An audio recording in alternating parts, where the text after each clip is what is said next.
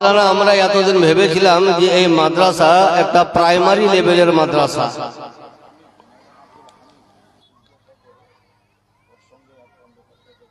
কিন্তু এহেলো মাদ্রাসা প্রাইমারি লেভেলে মাদ্রাসা নয়। এহেলো মাদ্রাসার যে নিসাব, এহেলো মাদ্রাসার যে সিলেবাস, এটা একটা ইউনিভার্সিটি মাদ্রাসা। কারণ গোটা পশ্চিমবঙ্গে চাহে হানাফি হোক, চাহে ফারাজি হোক, চাহে দেওবন্দি হোক, মহিলা মাদ্রাসা অনেক থাকতে পারে, অনেক আছে, অনেক রয়েছে। প্রত্যেক মাদ্রাসায় প্রাইমারি লেভেলে সিলেবাস রাখা আছে। জনসাধারণ তো বুঝে না মাদ্রাসা না মাদ্রাসা, কিন্তু আজ যে মাদ্রাসার দাস্তার বান্দিতে আপনারা এসেছেন, এহেন মাদ্রাসায় বুখারী শরীফ পড়ানো হয়, বলুন আলহামদুলিল্লাহ। তাহলে এটা প্রাইমারি লেভেলের মাদ্রাসা নয়, এটা ইউনিভার্সিটি লেভেলের মাদ্রাসা। হয়তো বলবেন যে মৌলভী সাহেব এগুলা হয়তো যুক্তি করে আপনি বলছেন। আসরের নামাজের পরে মাগরিবের পূর্বে পর্যন্ত খাতমে বুখারী শরীফের অনুষ্ঠান আপনাদের সামনে হলো, এবং যে মেয়েরা হাদিসের মধ্যে নির্ভরযোগ্য হাদিস বুখারী শরীফ শুধু আমাদের নিকটে নয়, আরাজি ফারাজি মারাজি যত আছে প্রত্যেকের নিকটে বুখারী শরীফ, এহেন বুখারী শরীফ পড়ার পর ওনাদেরকে আজ মাদ্রাসার তরফ থেকে চাদর মোবারক দান করা হবে। আজ বড় ভাগ্যবান আপনারা যে এহেন মাদ্রাসায় উপস্থিত হতে পেরেছেন। আর একটি কথা, যদিও কেউ প্রশ্ন করে না, তবে প্রশ্ন করলে আমি উত্তর শিখিয়ে দিছি। মানুষ ভাবে যে এহেন মাদ্রাসায় হয় কি, এহেন মাদ্রাসায় দুটো জিনিস হয়। প্রথম জামানাতে একটা জিনিস হইতো, এখন জামানা হিসাবে দুটো জিনিস হয়। আমাদের এই বেঙ্গলে ইন্টারন্যাশনাল ফিগারে কোরআন শরীফের অনুবাদ করার জন্য দু ক্যাটাগরির আলেম দেখতে পাওয়া যায়। ক ক্যাটাগরি? এক ক্যাটাগরি হচ্ছে দাঁতে আছে, আর এক ক্যাটাগরি হচ্ছে দাঁতে নেই। আমরা বীরভূমের লোক, মুর্শিদাবাদের লোক, দাঁতে নেই কাকে বলে ভালোভাবে জানা আছে। যাদের সিজার তো দূরের কথা, পেটে যদি ডাম্পার গাড়ি চড়ানো হয় তথাপি একটা বিদ্যা পাওয়া যাবে না। এরা মৌলবি সেজে বসে আছে। পেশাব ফিরে মুখ ধুতে হয় না, সুবহানাল্লাহ গোসল করতে হয়, ওটাও জানে না। বক্তা সেজে বসে আছে। তো কোনটা সিটি গোল্ড, কোনটা সোনা, আমাদের সাধারণ মানুষ বুঝে না। ঠিক না বেঠিক? ওরা যেটা কোরআনের তর্জমা করছে ভাবছে যে এটাই হয়তো অরিজিনাল আরবের তর্জমা। আমাদের কেউ তর্জমা করছে তো ভালোভাবে, যেহেতু প্রথম থেকে ওদের তর্জমা ভরা আছে, এই জন্য আমাদের লোড লিখছে না। মানুষ পথভ্রষ্ট হয়ে যাচ্ছে। মূল কথা হলো এই যে শাহজাহান বাদশাহ ভারতকে সেফটি রাখার জন্য, ভারতের হেফাজতের জন্য ভারতবর্ষে বিশাল একটা লালকেল্লা তৈরি করেছে। কি তৈরি করেছে? তো শাহজাহান বাদশাহ ভারতের হেফাজতের জন্য লালকেল্লা তৈরি করেছে। আর এহেন মহিলা মাদ্রাসা মাওলানা মুআজ্জম কায়েম করে সমাজের ইমানের হেফাজত করেছে। কারণ নারী তো নারী, একটা পুরুষ ডবল মৌলবীর যখন বক্তব্য শুনছে কনফিউজ পড়ে যাচ্ছে যে কোনটা সঠিক কোনটা বেঠিক।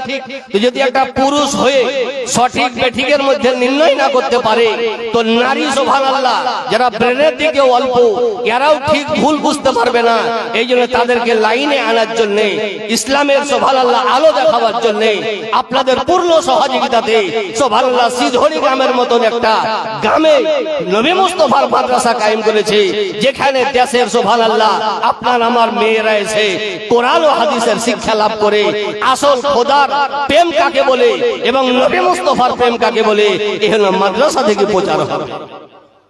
আজ আহলুস সুন্নাত ওয়াল জামাত কোরআন পড়ছে নবী মুস্তাফাকে বুঝার জন্য, আর আহলুস সুন্নাত ওয়াল জামাতের বাইরে যারা কোরআন পড়ছে নবীকে বুঝার জন্য নয়, নবী মুস্তাফাকে ছোট করার জন্য। ঠিক না ঠিক? কিন্তু সারা পৃথিবীর মানুষকে বোঝা উচিত যে আমার নবী আপনার নবী বিশ্বের নবী। দুনিয়াতে সুবহানাল্লাহ নবী হয়েছেন তো কোনো মানুষের ভোট নিয়ে নয়, লোকসভা ইলেকশনে নয়, বিধানসভা ভোটে দাঁড়ানোর কারণে নয়, মানুষ চেয়েছে বলে নবী হয়েছে তা নয়। আল্লাহ তাআলা পূর্ণ যোগ্যতা দিয়ে আপনার আমার নবী মুস্তাফাকে সারা পৃথিবীর জন্য সুবহানাল্লাহ কিয়ামত পর্যন্ত মাস্টার হিসাবে প্রেরণ করেছে। আজ প্রতি বিভাগে রিটায়ার্ড, আমি একবার বলেছি যে প্রতি বিভাগে রিটায়ার্ডের সিস্টেম সরকার রেখেছে। 65 বছর চাকরি থেকে রিটায়ার্ড। একজনা বলছে হুজুর আমাদের হেডমাস্টার রিটায়ার্ড করেছে। তাই বলছি ইন্না লিল্লাহি ওয়া ইন্না ইলাইহি রাজিউন। বলছে হুজুর মরেনি রিটায়ার্ড করেছে। এসডিও রিটায়ার্ড করেছে মানে মরেনি। সীমিত টাইমের জন্য কলমের জোর ছিল, কলমের জোর বন্ধ। কিন্তু নবীর নবুয়তে রিটায়ার্ড নেই।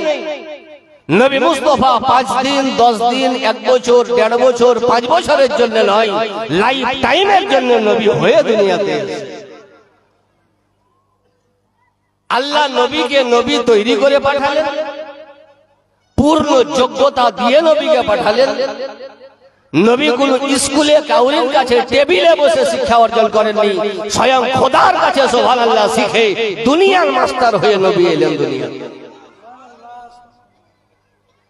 আর নানির কাছে 4 দিন কোরআন পড়ে এখনো পেশাবের সুবহানাল্লাহ প্যাম্পাস শুকায়নি। বাংলাদেশের কিছু আবর বলবি, আমার মতো মৌলবীর ভুল ধরো তো ঠিক আছে, ওকে জেলাপি খাওয়াবো। কিন্তু নবী মুস্তাফার ভুল হচ্ছে, ঠিক না ঠিক? আমাদের মানুষ বুঝতে পারে না। ওর মধ্যে একটা নতুন ভিডিও এসছে, বাংলাদেশের এক বক্তা বলে খুবই ইংরেজি বলছে। আল্লাহ জানে ওর বাপের নাম হয়তো কোনো ইহুদি ছিল, একদম মা খ্রিস্টান ছিল, তো অত কাম করে ইংরেজি বলবে। ওর জন্মের দোষ আছে, নাম হলো মিজানুর রহমান। বক্তব্য মেয়া লোককে খুব শুনতে ভালো শুনছে। ও বক্তব্য দিতে দিতে কি বলেছে সবাই জানে যে আমার নবী মুস্তাফাকে সে কাউবয় বলেছে। অনেক শিক্ষিত লোক আছেন, কাউবয় মানে গরু রাখাল। আমাদের এলাকাতে প্রথম জামানায় রাখাল 2 ধরনের পাওয়া যেত, এক বড় আর এক ছোট। তাহলে নবীকে রাখাল বলে তো ছোট করার চেষ্টা করছে, ওয়ার থেকে বলছে বড় রাখাল নয়, রাখাল বয়, কাউ বয় মানে ছোট রাখাল। তাহলে কত নিকৃষ্ট। আমাদের হানফি জামাতের বিখ্যাত ফতোয়ার কিতাব ফতোয়ায়ে শামীতে তুলে দেখুন যে নবীকে যে রাখাল বলেছে ওর ফতোয়া কি। তো সারা পৃথিবীতে নির্ভরযোগ্য ফতোয়ার কিতাব ফতোয়ায়ে শামী, হানফি জামাতের বিখ্যাত ফতোয়ার কিতাবাতে লিখছে ইয়াম্মা রাজুলুল মুসলিমিন সাব্বা রাসূলুল্লাহ সাল্লাল্লাহু আলাইহি ওয়াসাল্লাম আও কাযাবাহু আও আবাহু আও তালাক্কাসাহু ফাকাদ কাফারা বিল্লাহি ওয়া বানাত মিনহু ইমরাতুহু। উনি বলছেন যে কোন মুমিন মুসলমান যদি নবী মুস্তাফাকে গালি দেয়, নবী মুস্তাফাকে সুবহানাল্লাহ মিথ্যা সাব্যস্ত করে, নবী মুস্তাফার উপরে কোন দোষ ত্রুটি সুবহানাল্লাহ অতিরিক্ত করে এবং নবীকে খাটো করার জন্য কোন শব্দ যদি ব্যবহার করে, তো ফাকাদ কাফারা বিল্লাহি, সে কুফর করলো, কাফের হয়ে গেল। বানাত মিনহু ইমরাতুহু, আর ওর যদি বিবি থাকে ওকে তালাক দিতে হবে না, অটোমেটিক তালাক হয়ে গেল। তাহলে যারা নবীকে রাখাল বলেছে জানতে হবে ওদের বিবি যদি আছে তো বিনা তালাকে ওদের বিবি আলাদা হয়ে গেছে, কারণ নবী মুস্তাফা দুনিয়াতে রাখাল হয়ে আসেনি। আমার নবী মুস্তাফা বলেন বুইস্তু মুআল্লিমান, আমি সারা পৃথিবীর জন্য শিক্ষক হয়ে দুনিয়াতে পদার্পণ করেছি। নবী কাউবয় নয়, নবী রাখাল নয়, নবী গরুর রাখাল নয়, তুমি শুয়োরের রাখাল, তুমি শুয়োর চড়াও। এদের হয় জন্মের ভুল, নাই তো হাসপাতাল ভুল, নাই তো বাপের সুবহানাল্লাহ কাবিল নামা পেল্টে গেছে। ওরই কিছু ছড় পশ্চিমবঙ্গে 3 পাতা লেখাপড়া তো দূরের কথা, পড়ালেখা কাকে বলে এটাই জানে না। ইংরেজদের টাকা নিয়ে ওদের কাজই হলো নবী মুস্তাফার উপরে কটূক্তি করা। সেদিন একটা বলছে যে হুজুর বাংলা কোরআন শরীফ পড়লে হুজুর লাভই আছে। কি লাভ পেলা তুমি? হুজুর আপনারা যে বলছেন যে নবী খুব যোগ্য, কিন্তু কোরআন শরীফে লেখা আছে হুজুর নবী নিরক্ষর। কতি পেলা? কোরআন নবীকে উম্মি বলেছে, আর আমি বাড়িতে খুলে দেখলাম ঝলঝল করছে কাঁচের মতন যে উম্মি মানে নিরক্ষর। তুমি দাঁত নি শোনো, উম্মি নবীকে আল্লাহ উম্মি বলেছে। নবী মুস্তাফার উম্মি হলো টাইটেল, উম্মি হলো উপাধি, উম্মি হলো যোগ্যতা। নবী মুস্তাফা নিরক্ষর বলে উম্মি বলেছে তা নয়। উম্মি মানে নিরক্ষর নয়। 4টা কারণে আল্লাহ তাআলা নবীকে উম্মি বলেছে। কটা কারণে? 4টা কারণে। 4টা কারণে নবীকে উম্মি বলেছে। একটা কারণ হলো এই, নবী মুস্তাফা মক্কা শরীফে যে জায়গাতে জন্মগ্রহণ করেছেন ওকে আরবিতে উম্মুল কোরা বলা হয়। কি বলা হয়? উম্মুল কোরা। আপনারা কোন রাজ্যের লোক? বাঙালি। পশ্চিমবঙ্গে। আমরা যদি বিহারে যাই তোরা বলবে যে এরা বাঙালি, বলবে না? বলবে না? এর মানে কি? এরা পশ্চিমবঙ্গের নাগরিক। আর কোন বিহারের যদি লোক আমাদের ধরে আসে তো কি বলবেন? যে লোকটা বিহারি। এর মানে যে বিহারের বাসিন্দা। তাহলে বাঙালি বিহারি দেশের থেকে সম্পর্ক করে বলা হয় বাঙালি মানে বাঙালির रहनेवाला, বিহারি মানে বিহারের रहनेवाला, উম্মি মানে উম্মুল কোরাতে रहनेवाला। তো নবী মুস্তাফার বাসস্থানের দিকে নিসবত করে আল্লাহ নবী মুস্তাফাকে উম্মি বলেছে। হে নবী মুস্তাফা উম্মুল কোরার रहनेवाला নবী মুস্তাফা নির্ণয় করা যায়। আরেকটা উম্মির মানে হয় উৎস, উম্মির মানে হয় জড়, উম্মির মানে হয় শিকড়। নবীকে উম্মি বলার কারণ হলো এই, ওহুয়া উম্মুল মওজুদাত, সমস্ত সৃষ্টির উৎস আমার নবী মুস্তাফা। এইজন্য আলা হযরত আজিমুল বরকত মুজাদ্দিদ দ্বীন ও মিল্লাত বলেন, ও जो ना थे तो कुछ ना था, वो जो ना हो तो कुछ ना हो, जान है वो जहां की, जान है तो जहां है। নবী ছিলেন না তো কিছুই ছিল না, ফারাক্কা ব্রিজ ও ছিল না। ও जो ना हो तो कुछ ना हो, আল্লাহ যদি আমার নবীকে তৈরি না করতেন তো কিছুই হতো না। জান হে ও জাহা কি, আমার নবী মুস্তাফা বিশ্বের সৃষ্টির জান, জান হে তো জাহা হে, আমার নবী জীবিত তো সারা পৃথিবী জীবিত। তাহলে নবী উৎস, নবী আসল, এই জন্য নবী মুস্তাফাকে উম্মি বলা হয়েছে। আরেকটা কারণ হলো বিখ্যাত আলেমে দ্বীন, বিখ্যাত পীর ও মুর্শিদ, বিখ্যাত আল্লাহর ওলি, জিনার মাজার ভারতবর্ষে, জিনার নাম আল্লামা সানাউল্লাহ পানিপাতি আলাইহি রহমা রিদওয়ান। ইনার মাজার অনেকে গেছেন। উনি বিখ্যাত একটা তাফসীরের কিতাব লিখেছেন আরবিতে, তাফসীরে মাযহারি। ওতে লিখছেন মানসুবুন ইলা উম্মতিহি লিকাসরাতে উম্মতিহি।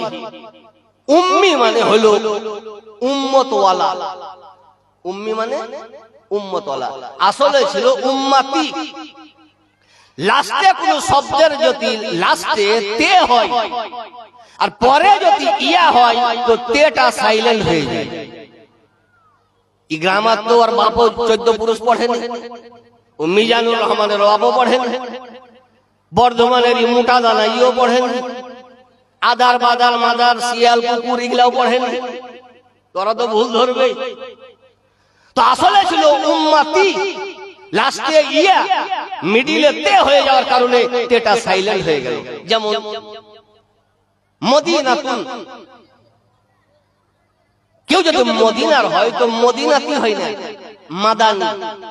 মক্কা লাস্টে তে আছে, মক্কার रहनेवालाকে মক্কাতি বলে না, মক্কি, তে সাইলেন্ট হয়ে গেল। তদ্রূপ এখানে ছিল উম্মতি, এ উম্মতওয়ালা নবী, লাস্টে ইয়া আসার কারণে তে সাইলেন্ট হয়ে যাওয়ার কারণে উম্মি। এখানে প্রশ্ন করবেন আপনারা জি মৌলভী সাহেব, আমার নবীর আগেও তো অনেক নবী এসেছেন, ওনাদেরও উম্মত ছিল, আর আমার নবীরও উম্মত আছে, তো পার্থক্য কি? আসমান জমিন পার্থক্য। কি পার্থক্য? 1.5 হাত 2 হাতের পার্থক্য নয়, আসমান জমিন পার্থক্য। পশ্চিমবঙ্গ ফেমাস বক্তা, খুব পুরাতন বক্তা এবং নির্ভরযোগ্য বক্তা, জিম্মেদার বক্তা হযরত আল্লাহ মাওলানা কারি মুআজ্জম হোসেন কালিমি, যিনি এই মাদ্রাসার সুবহানাল্লাহ বাণী, স্টেজে বসে আছেন।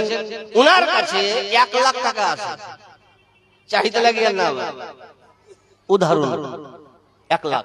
কত আছে? ঘুমাইছেন নাকি আপনারা? 1 লাখ। আমার কাছে 500। এবার বলেন, বিচার করেন কে পয়সাওয়ালা? 1 লাখ। তা আমিও তো আপনার কাছে বারে বারে যাবো যে আমার কাছে তো 500 আছে। তো বলে যে মৌলভী সাহেব এখানে 500 1000 কথা নয়, পয়সাওয়ালা মানে বেশি পয়সা কার আছে? পয়সা তো আমার কাছেও আছে 500, ওর কাছেও পয়সা। এটা সুবহানাল্লাহ টার্গেট নয়, টার্গেট হলো বেশি পয়সা কার আছে। তো যার কাছে বেশি পয়সা আছে সে হলো পয়সাওয়ালা। তো উম্মত মুসা নবীরও ছিল, ঈসা নবীরও ছিল, দাউদ নবীরও ছিল, মুসা নবীরও ছিল, ইব্রাহিম খলিলুল্লাহ ছিল, ইসমাঈল জবিহুল্লাহ ছিল, কিন্তু আমার নবীর তুলনায় ওনাদের উম্মত কম ছিল। এটা বুঝাবার জন্য আল্লাহ তাআলা বলেন, হে উম্মত ওয়ালা নবী, মানে অন্য নবীর তুলনায় তোমার উম্মত বেশি, বলুন সুবহানাল্লাহ। এগুলা তো পড়ে না, না পড়ি ভুল ধরে বেড়াচ্ছে। বলার উদ্দেশ্য হলো এটাই। আর একটি কথা লাস্ট মুহূর্তে, যতই বড় ডাক্তার হোক, আমাদের ব্যাঙ্গালোর গুলো তো হাত লাগাবেই না। মাওলানা মুয়াজ্জিম সাহেব, আমাদের এলাকার মধ্যে সর্বপ্রথম আমরা একবার ডাক্তার চেক করতে গেছিলাম ব্যাঙ্গালোর। যদি বড় হয় তো আর এক খ্যাপে চেক আপ করাবো, এক খ্যাপ ডাক্তার চেক করতে, যদি ভালো হয় তো আর এক খাপে আসি চেক আপ করাবো। গেছিলাম একবার, তো প্রায় ডাক্তারকে জিজ্ঞাসা করেছিলাম, বড় বড় প্রফেসরকে জিজ্ঞাসা করেছিলাম যে সুগার যদি 800 থাকে তো হাত দিবেন? বলছেন না, ভোট দিয়ে নিব না।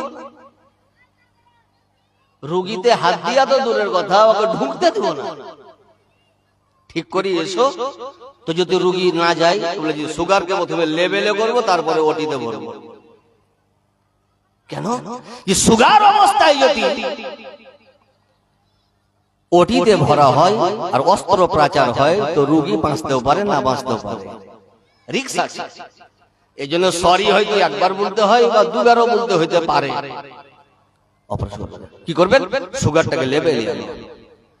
তাহলে এই বিদ্যাটা শুধু ডাক্তারের কাছে সীমিত নয়, সারা পৃথিবীর ইহুদি, নাসারা, জৈন, খ্রিস্টান, আরাজি, ফারাজি, মারাজি, দেওবন্দি, মিজানুর রহমান, ডাবচোর, অমুকচোর, মুরগিচোর, যত মৌলবি আছে দেশে, সবাই জানে যে যার মধ্যে নবী মুস্তাফার মহব্বত বিরাজমান, সে কিয়ামতের পরেও কোনো কালে জাহান্নামে যাবে না।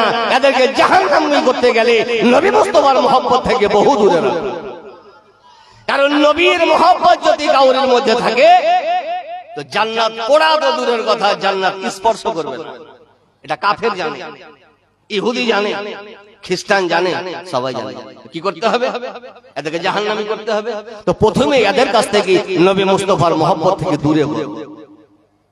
প্রথমে নবীর মহব্বত থেকে এদেরকে আলাদা করো, অটোমেটিক তারা জাহান্নামী হয়ে যাবে। আমি পড়েছি মহাগ্রন্থ কোরআন মাজিদ হইতে অপূর্ব আয়াতে কারিমা, আমার নবী মুস্তাফা যে কি, উনার যোগ্যতা কি, উনার কোয়ালিফিকেশন কি, উনার ক্ষমতা কি, উনার পাওয়ার কি, নবী মুস্তাফার ব্যাপারে আল্লাহ একই আয়াতে ভরে দিয়েছে, মুহাম্মাদুর রাসূলুল্লাহ অতি প্রশংসিত আল্লাহ প্রেরিত রাসূল আছে। নবী কাউরে ভোটে নবী হননি, লোকসভাতে দাঁড়িয়ে নবী হননি, কোন স্পিকারের বলাতে নবী হননি।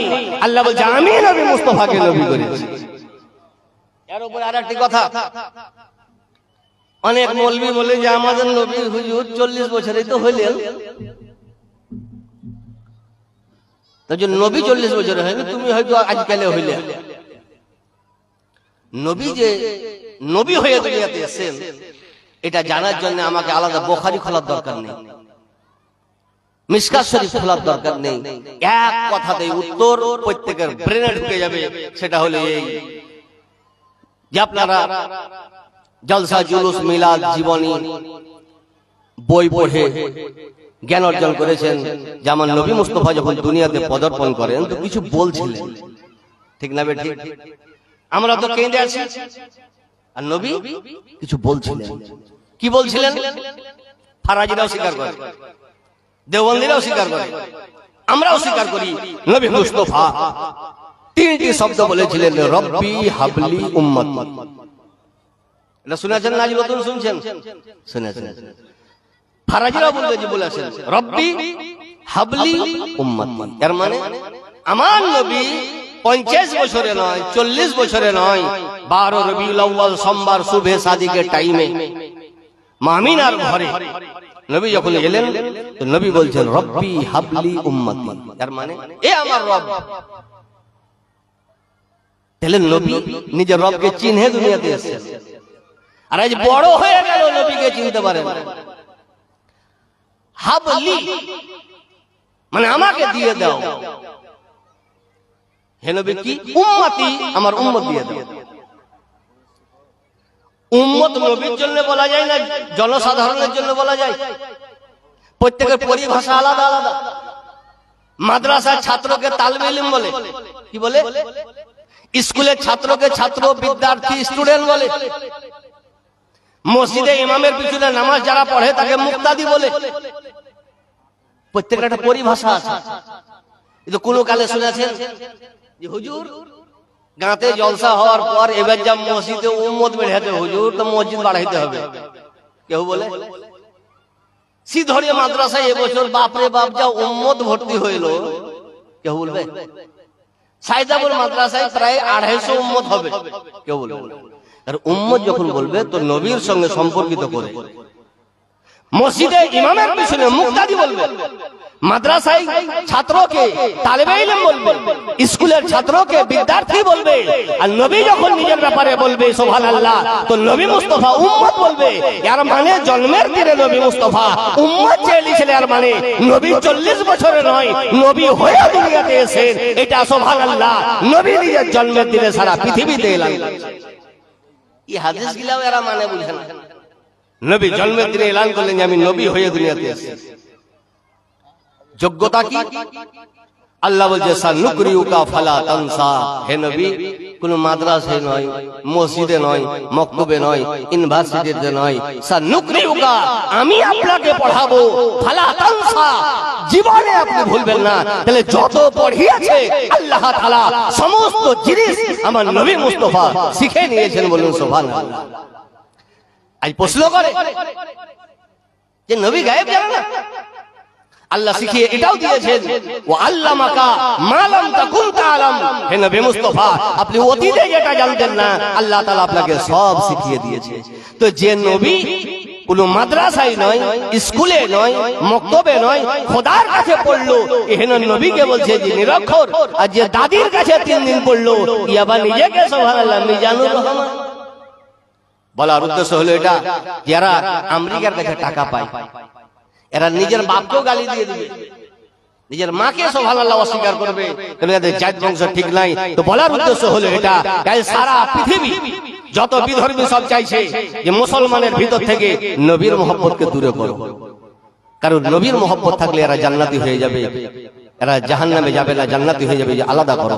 তো পার্থক্য বোঝার জন্য সুবহানাল্লাহ পুরুষের মাদ্রাসা তো প্রত্যেক গ্রামে, পুরুষের মাদ্রাসা তো প্রত্যেক এলাকাতে দরকার ছিল। সুবহানাল্লাহ আমাদের সমাজে, আমাদের জামাতে, আমাদের দলে এটা নির্ভরযোগ্য মাদ্রাসা, যে মাদ্রাসায় পড়ে আমাদের সুবহানাল্লাহ নারীরা সঠিক হাদিস, আমাদের নারীরা সঠিক তরজমা, সঠিক কোরআনের ব্যাখ্যা সুবহানাল্লাহ শিখবে।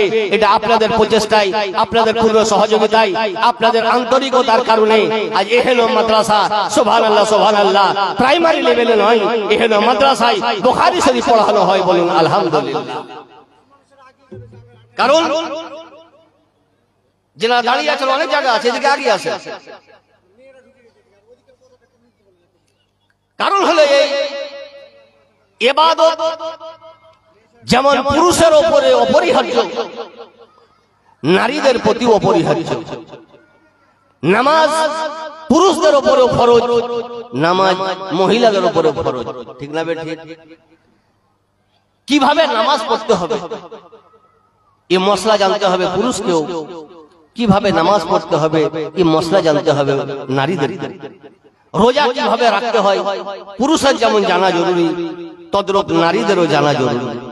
এটা একটা ঘাটতি ছিল আমাদের এলাকায়। কোরআন শরীফ পড়তে গুলো পাড়ার মহিলার কাছে, সত্য কথা যার কাছে পড়তো তারও কোরআন ঠিক নাই, তারও কোরআন ঠিক নাই। তো ওই কোম্পানি থেকে যে সুবহানাল্লাহ প্রোডাক্ট হবে ওটাও খারাপ হবে। এই জন্য দরকার ছিল একটা শুদ্ধ ভাবে কোরআন শরীফের একটা কোর্স, একটা সিলেবাসের দরকার। হাদিস শরীফ আমাদের নারীরা শুধু মিলাদে শুনতো যে বুখারী আছে, নারীরা শুনতো যে মিশকাত শরীফ বলে কোনো হাদিস আছে, তিরমিজি শরীফ বলে কোনো হাদিস আছে। মা বোনরা শুধু মিলাদে শুনতো, আমার চোখে দেখেনি। কিন্তু আজ এখানে মাদ্রাসা কায়েম করে এখানে চোখে দেখা নয় 24 ঘন্টা পাঠ্যরত আছে, পড়ছে, বুখারীর পাঠ হচ্ছে, মিশকাত শরীফের পাঠ হচ্ছে, আর বুঝতে পারছে হক ও বাতিল কোনটা, কোনটাতে নবীর প্রেম বাড়ে আর কোনটাতে ঈমান চলে যায়। এটা আজ সুবহানাল্লাহ পার্থক্যের জন্য অন্য মাদ্রাসা তো অনেক আছে, আরাজি ফারাজিদের মাদ্রাসা, ঈমান চুরি করার মাদ্রাসা অনেক আছে, কিন্তু এখানে মাদ্রাসায় আলহামদুলিল্লাহ ঈমান সংরক্ষিত। আল্লাহ তাআলা কোরআনে বলেন মুহাম্মদুর রাসূলুল্লাহ, নবী পাক সাল্লাল্লাহু আলাইহি ওয়াসাল্লামের উপরে একটি কথা, আজ আমরা নবী পাক সাল্লাল্লাহু আলাইহি ওয়াসাল্লামের কলমা পড়ে নবী পাক সাল্লাল্লাহু আলাইহি ওয়াসাল্লামকে চিনতে পারলাম। পড়ছে নিয়ত আছে নবীর ভুল ধরব। একটি কথা লাস্টে বলে আমি বিদায় নেব, সেটা হলো এই, সারা পৃথিবীর উপরে যারা ইনসান তাদের উপরে একটা দায়িত্ব, খুব ভালোভাবে শুনবেন লাস্ট টাইমে। কটা দায়িত্ব? একটা দায়িত্ব। কি দায়িত্ব? আল্লাহর তরফ থেকে আমাদের উপরে একটা দায়িত্ব অর্পিত আছে, সেটা হলো এই যে হে আমার বান্দা, দুনিয়াতে গিয়ে তুমি নিজের আল্লাহকে রাজি করো। একটা দায়িত্ব সারা পৃথিবীর উপরে। কারণ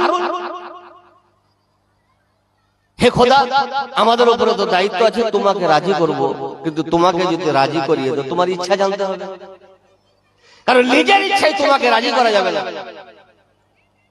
মাগরিবের নামাজ কয় রাকাত পড়েন আপনারা? ফরজ 3, এপিডিবিট করে 4 রাকাত করা যায় না? যাবে না? তো 4 রাকাত 1 রাকাত আপনি তো কমাইলেন না, বাড়াইলেন, নাকি বেশি হওয়া উচিত? মাওলানা মুআজ্জম সাহেব এখনই ফতোয়া দিবেন যে তোমার নামাজই হইল না, বলবেন না? বলবেন না? হুজুর আমি তো নামাজ কমাইলাম না, বাড়াইলাম। তো শরীয়ত বলে যে শোনো, 3 রাকাত এটা আল্লাহর ইচ্ছা, 4 তোমার ইচ্ছা। তোমার ইচ্ছাতে শরীয়ত চলে না, খোদার ইচ্ছাতে শরীয়ত চলে। ফজরের নামাজ 2 রাকাত ফরজ। ইয়া আল্লাহ, আমার তো কোলেস্ট্রল হয়ে গেছে আর ঘুরতেও তো ইচ্ছা করে না, তো নামাজের বাহানায় 2 রাকাত নয় 4 রাকাত ফরজ পড়ে নেব। আপনারা ফতোয়া দিবেন যে মৌলভী সাহেব তোমার নামাজই হলো না, কারণ 2 রাকাত পড়তে হবে ফরজ ফজরে, এটা খোদার ইচ্ছা, আর 8 রাকাত পড়তে হবে বান্দা, এটা তোমার ইচ্ছা। তোমার ইচ্ছাতে শরীয়ত চলে না, খোদার ইচ্ছাতে শরীয়ত চলে। এটা কি বোঝা গেল? নিজের ইচ্ছাতে কিয়ামত পর্যন্ত কোন মানব জাতি খোদাকে রাজি করতে পারবে না। আর যখন রাজি করতে পারবে না, তো নিজের ইচ্ছায় ইবাদত করবে, খোদা রাজি হবে না। হে খোদা, আমরা তো সমস্যায় পড়ে যাব। তো আল্লাহ তাআলা কোরআনে একটা আয়াত প্রেরণ করলো, আতিউল্লাহ, তোমরা আল্লাহর ইতাআত করো। কিসে? ফিল কোরআনে, কোরআনে। হে খোদা, তোমার তো ইচ্ছা আমরা জানতে পারবো না, আমরা গুনাহগার বান্দা। তো আল্লাহ তাআলা আরেক স্টেজ কায়েম করলো, ওয়াতিউর রাসূলা, নবী মুস্তাফার ইতাআত করো, ফি সুনানিহি, নবী মুস্তাফার সুন্নাত। আর একটি কথা ক্লিয়ার করে দিই, জিম্মেদারি স্টেজে আজ ছেলা পিলার নাম রাখছে ক্যালেন্ডার দেখে, জামাতের নাম রাখছে সুবহানাল্লাহ ইন্টারনেট দেখে। একটা লোক যে হুজুর আমাদের জামাত খুব ছোটখাটো ভাবিয়েন না, তো কি জামাত গো? যে আমাদের জামাতের নাম হুজুর আহলে হাদিস। আর মানে যে আহলে হাদিস মানে হচ্ছে সব হাদিসের উপরে আমল করনে ওয়ালা, সব হাদিসের উপরে, যে একবারে সব হাদিস। কটা বিয়া করেছো? তাতে একটো। নবীজি 9টা বিয়ে করেছে? তাহলে আমাদের মৌলবীকে জিজ্ঞাসা করব, তোমার কলমা কি? যে লা ইলাহা ইল্লাল্লাহ মুহাম্মাদুর রাসূলুল্লাহ। যে আমার নবী মুস্তাফা নিজের জীবনে জোহরে একবার আজান দিয়েছেন, তো নবী বলেছিলেন ইন্নী রাসূলুল্লাহ। তো বাপের হিম্মত আছে তো তুমি একবার পড়ো। এখন কেউ যদি বলে যে ইন্নী রাসূলুল্লাহ, তো মুসলমান হবে না কাফের? ইন্নী রাসূলুল্লাহ মানে কি জানেন? কি? আমি রাসূল। এটা নবীর জন্য প্রযোজ্য না সবারই জন্য হাঁড়ি বারুন? তাহলে নবী বলেছেন, এটা হাদিস। নবী বলেছেন ইন্নী রাসূলুল্লাহ, ইন্নী রাসূলুল্লাহ ইলাইকুম জামিয়া, আমি সারা পৃথিবীর জন্য রাসূল হয়ে এসেছি। এটা নবীর মুখে শোভা পায়, উম্মতের মুখে নয়। এটা হাদিস। এখন হাদিসের উপরে আমল করতে গিয়ে কেউ যদি এটাকেই রিপিট করে তো মুসলমান থাকবে না, ও পাকা কাফের হয়ে যাবে। ঠিক না বেঠিক? তাহলে সম্পূর্ণ হাদিসের উপরে যখন আমল করা অসম্ভব, তো আহলে হাদিস নাম রাখাও অসম্ভব। দেড় কাপ উঠে গেলে দেখবেন কিছু বের হয়েছে আমাদের পশ্চিমবঙ্গে, কি অত্যাচার! এদের পার্শ্ব নাই, মার্শ নাই, কিছু নাই, ডেট ফেল। কিন্তু আমরা আহলুস সুন্নাত ওয়াল জামাত। সুন্নাত কাকে বলে? আমাদের হানফি জামাতের একবারে সর্বপ্রাথমিক ফিকহের কিতাব নূরুল ইজার সারা মিরকা মারাকিউল ফালাতে লিখছে আস-সুন্নাত হিয়া তরিকাতুল মাসলুকাতু ফিদ-দ্বীন।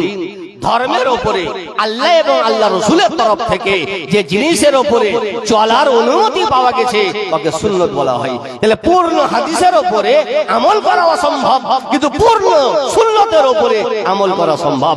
নবী 9টা বিবাহ করেছেন, কিন্তু 9টা বলেননি। নবী মুস্তাফা বলেছেন একটা বিবাহ করো, 4টা লাস্ট পর্যন্ত, না পারলে একটা করো। নবী ইন্নী রাসূলুল্লাহ বলেছেন, কিন্তু বলতে কাউকে বলেননি। তো ইন্নী রাসূলুল্লাহ এটা নবীর হাদিস, আমরা বলছি লা ইলাহা ইল্লাল্লাহু মুহাম্মাদুর রাসূলুল্লাহ, এটা সুন্নাত, কারণ নবী এটা বলতে বলেছেন। তাহলে বোঝা গেল আহলে হাদিস নাম রাখা জাল, এপিডিপিড করতে হবে। কিন্তু আহলুস সুন্নাত ওয়াল জামাত এটা নাম রাখা হাদিস ও কোরআন মোতাবিক। তো আল্লাহ বলেন আতিউর রাসূলা, নবী মুস্তাফার কে তাআত করো, সুবহানাল্লাহ, ফি সুনানিহি, নবী মুস্তাফার সুন্নাতের উপরে। আরেকটি কথা, কারণ নবী মুস্তাফা যাতে রাজি আল্লাহ তাআলা তাতে রাজি। আজ সারা পৃথিবীর মুসলমানের উপরে 5 ওয়াক্ত নামাজ ফরজ। কত? বৈশাখ মাসে, মাঘ মাসেও 5 ওয়াক্ত, 5 ওয়াক্ত ফরজ।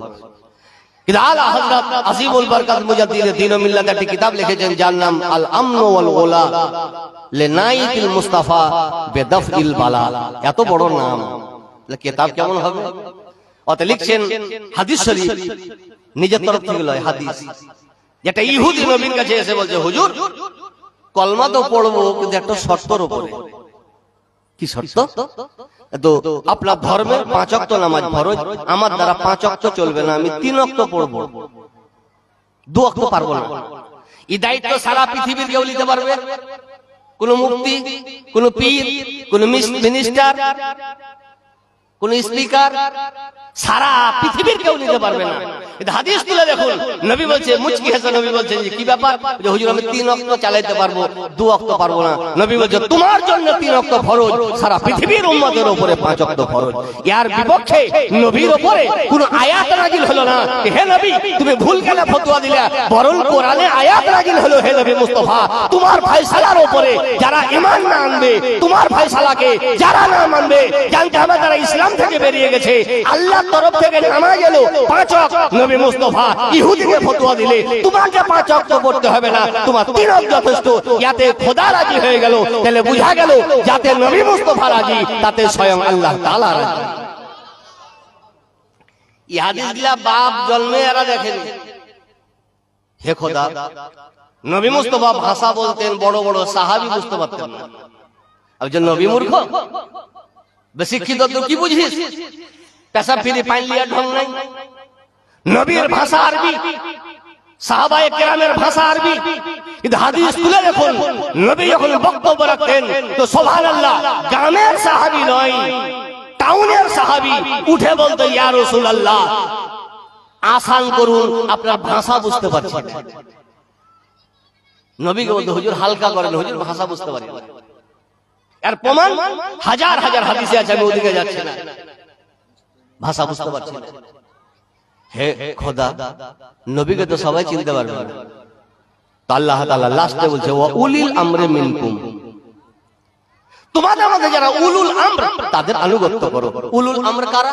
তো তাফসীরের কিতাবে আছে উলিল ইলমে ওয়াল ফিকহ, যারা ইলম ওয়ালা তাদের আনুগত্য করো, ফিকহ ওয়ালা তাদের আনুগত্য করো। সুবহানাল্লাহ, ওয়াকে আনুগত্য করা মানে নবী মুস্তাফার আনুগত্য, নবীর আনুগত্য করা মানে স্বয়ং খোদা তাআলার আনুগত্য করা। তাই আলহামদুলিল্লাহ এই হলো তিনটি স্টপেজের উপরে আলহামদুলিল্লাহ আমাদের ঈমান আছে। আমরা ইমামকেও মানি, আর ইমামের ওসিলাতে নবী মুস্তাফাকে মানি, আর নবীর ওসিলাতে সুবহানাল্লাহকে তাআলা আমরা আল্লাহকে দিয়েছি। আজ একটা প্রশ্ন করে, হাদিস কোরআন যখন বাড়িতে আছে তো ইমাম কেন মানবো? বলে না, বলে না, ইমাম কেন মানবো? ইমাম মাযহাব মানা নবীর এগেনস্টে নয়, যে নবী একটা ধর্ম নিয়ে এসেছে তা আমরা মাযহাবওয়ালা আর একটা ধর্ম না। নবীকে বুঝার জন্য, উদাহরণস্বরূপ স্কুলে দুটো টপ র্যাঙ্কের ছেলে, দুটো ছেলে ভর্তি হয়েছে, একটা হচ্ছে ব্রেনি মেধাবী আর একটা হচ্ছে খ্যাপা ভেদা। মাস্টার ওকে পড়াইছে তো ওই ক্লাসের পড়াইছে না বিনা ক্লাসের পড়াইছে ওটাই বুঝতে পারে না, আর আরেকটা ছেলে যেটা পড়াইছে সেটাই ব্রেনে রাখছে। তো ফার্স্ট ক্লাস ওয়ালা ছেলে, মেধাবী ছেলেকে প্রাইভেট লাগবে? লাগবে না। কিন্তু খ্যাপা যেটা আছে ওকে লাগবে না? লাগবে না। তাহলে এখন খ্যাপা ছেলে যদি প্রাইভেট নিয়েছো তো কি মাস্টার রাখবে? যে আমি পড়াইছি পোষাই না, তুমি প্রাইভেট নিয়েছো আমার এগেনস্টে, স্কুল থেকে তাড়াবে না? খুশি হবে যে আমাকে বুঝার জন্যই তো প্রাইভেটটা নিয়েছি। ইমামে আযম আবু হানিফা রাদিয়াল্লাহু আনহু জিনার ব্যাপারে আমার মতন 1.5 পাতা পড়া মৌলবি নয়, 4 জন ধর্মের বিশ্ববিখ্যাত ইমামের মধ্যে একজন ইমামের নাম ইমামে শাফি রাদিয়াল্লাহু আনহু, উনি বলেছেন যে আন-নাসু ফিল ফিকহে আয়ালু আবি হানিফা, হে বিশ্বের মানব জাতি, সারা পৃথিবীর মানব জাতি ফিকহ শাস্ত্রে ইমাম আযম আবু হানিফার ছাত্র সমান। বলুন সুবহানাল্লাহ। সারা পৃথিবীর মানুষ ফিকহ বিভাগে, মসলা বিভাগে ইমামে আযমের কাছে তালিবে ইলমের সমান। এটা আমার কথা নয়, ইমামে শাফি রাদিয়াল্লাহু আনহু বলেছেন। আর ইহেন সুবহানাল্লাহ টেক্কালি দিয়েছে ইমামে আযম আবু হানিফা। আজ আলহামদুলিল্লাহ আমরা যে মাযহাব মানি হানফি মাযহাব, সুবহানাল্লাহ, কোরআন আমাকে স্টপেজ দিয়ে দিয়েছে, তুমি ডাইরেক্ট খোদাকে পাবা না, নবী মুস্তাফার আনুগত্য করো। তুমি ডাইরেক্ট নবীর কথা সব বুঝতে পারবা না, তো উলিল আমরি ওয়াল ফিকহের আনুগত্য করো। তো উলুল আমর ওয়াল ফিকহ মানে হলো মাযহাব। তো আজ যে আমরা মাযহাব মানছি এটা কোরআন থেকে প্রমাণ, নবী মুস্তাফার এগেইনস্টে নয়, নবীকে বুঝার জন্য। আর নবী মুস্তাফাকে বুঝে আজ আমরা আলহামদুলিল্লাহ আল্লাহ তাআলাকে পাবো। আমি পড়েছিলাম মহাগ্রন্থ কোরআন মাজিদ হইতে অপূর্ব আয়াতে কারিমা, কোরআন ঘোষণা করে মুহাম্মদুর রাসূলুল্লাহ অতি প্রশংসিত আল্লাহ প্রেরিত রাসূল। আল্লাহ আপনাকে আমাকে বিশ্বের মুসলমানকে কোরআন ও হাদিসের অটুট বিধানের উপরে আমল করার তৌফিক দান করুন। বলো আল্লাহু আমিন। আসসালামু আলাইকুম ওয়া রাহমাতুল্লাহি ওয়া বারাকাতুহু।